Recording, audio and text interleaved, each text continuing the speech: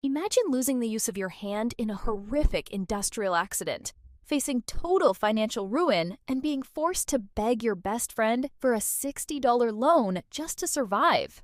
Episode 2 of Lens on Eyewear Fashion. Today, we are looking at the incredible birth of Bausch and Lomb. In 1849, a German immigrant named John Jacob Bausch arrived in New York, hoping for a better life. He found work as a woodworker, but a devastating accident severely injured his hand, making manual labor impossible. Desperate to feed his family, he fell back on his early training as an optician.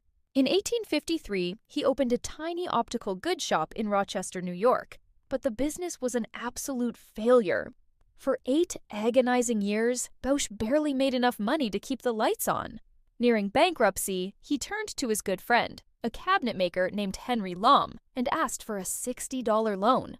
In exchange, Bausch promised that if the business ever miraculously grew, Lomb would become a full equal partner. They shook hands, and that single moment changed optical history forever. But the real turning point happened by pure accident. When the American Civil War broke out, the price of gold and European animal horns skyrocketed. Bausch could no longer afford the materials to make traditional eyeglass frames. One day, while walking down a street in New York City, he stumbled upon a piece of vulcanized rubber just lying on the ground. He picked it up, took it home, and started experimenting. He literally melted the hard rubber on his family kitchen stove and hand-formed it into a pair of eyeglass frames. The result was revolutionary. These new vulcanite frames were incredibly lightweight, highly durable, and most importantly, affordable for the average person. The business absolutely exploded.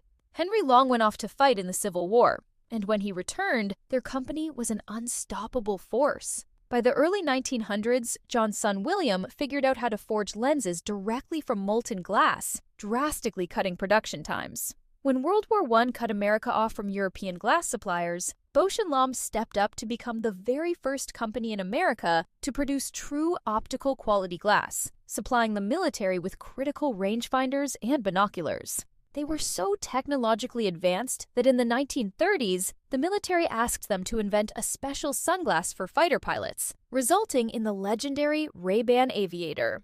And in 1971, they changed the world again by releasing the first mass-produced soft contact lenses. A tragic accident, a $60 loan, and rubber trash became a global empire.